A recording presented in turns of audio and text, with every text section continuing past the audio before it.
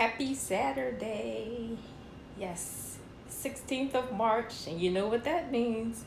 16 days live. Well, really 15, but we'll just say 16 days live in this challenge to go live for the 31 days of March. So, yes, I'm checking this off. Um, Still not sure if I'm completely comfortable with this, but I'm going to keep on doing it because I love a good challenge.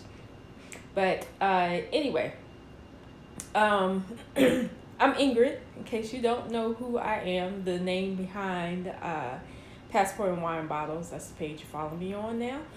Um, and I just wanted to, continue to give you little tidbits about myself this week. I think this will probably be the last day of that. It's hard to talk about myself, but that's okay. Um, and I just want to talk about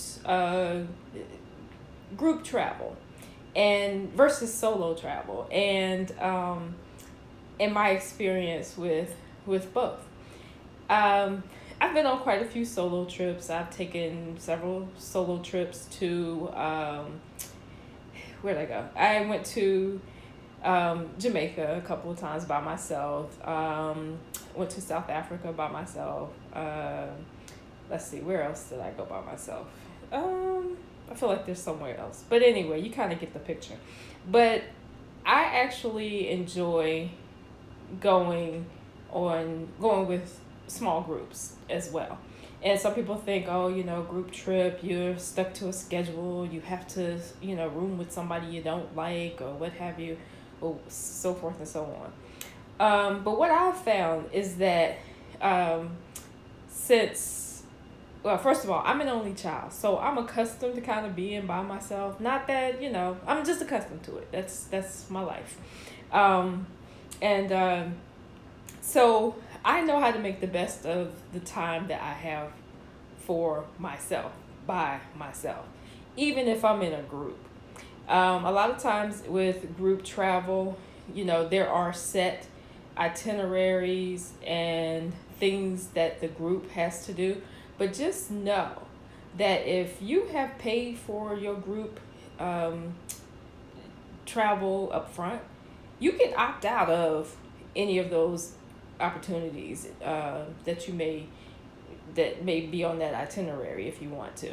Some people like to go. I'm not one of those people. I like adventure in my travels, but I also like to relax and just kind of stroll, through the neighborhoods or whatever, or bars, or sit at a wine bar, or sit at a restaurant, or just people watch. I just like to do that sometimes. So I like to have my downtime. And you can still do that in a group situation.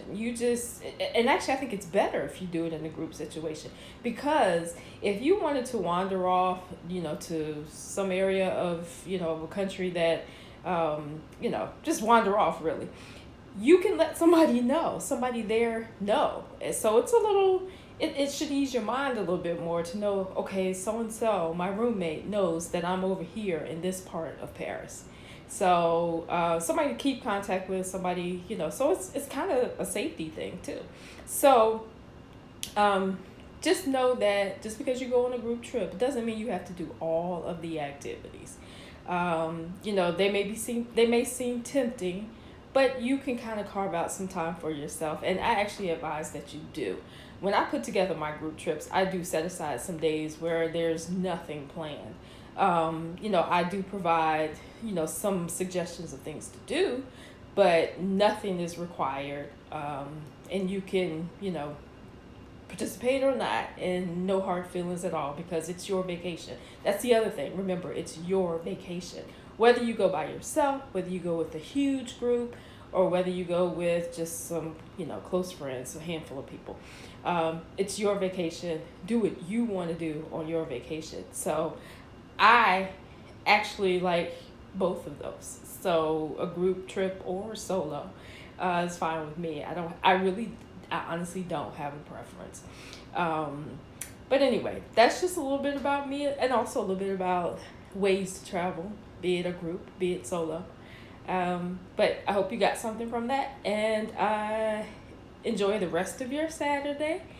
And I will see you tomorrow.